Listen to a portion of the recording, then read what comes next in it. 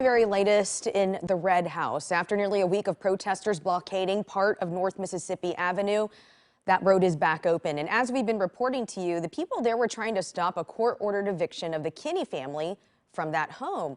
The mayor says a tentative agreement was reached between the developer who owns the home now and the family. So what's the latest? We go now to our Liz Birch, who joins us live from that very area. So Liz, I understand there are still a lot of supporters of the family camped out in that area as of today. Tell us more.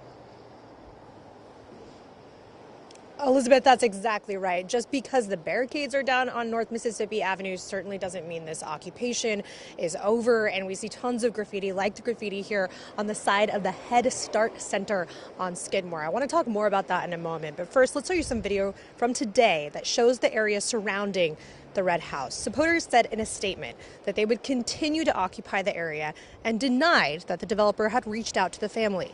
Now, as clear graffiti has been left on many businesses and buildings like you see, one of the buildings, like I mentioned, that was vandalized was the Avel Gordly Head Start building, named for the first African-American woman elected to our state Senate. I talked to her today, and she said she thinks the Kinney family deserves support. But the vandalism to a place that has served the Black community for so many years is unsettling to her. She also told me she doesn't support any violence that's taken place here. This element that seems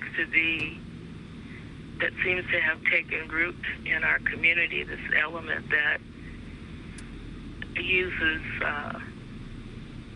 intimidation in different forms to get its point across, is not helpful. It's traumatizing on top of the trauma we're already living through as a community. Now, I asked Mayor Ted Wheeler to describe what was going on in those negotiations that he says are happening. He would not answer that question. Live in Portland, Liz Birch, KOIN 6 News.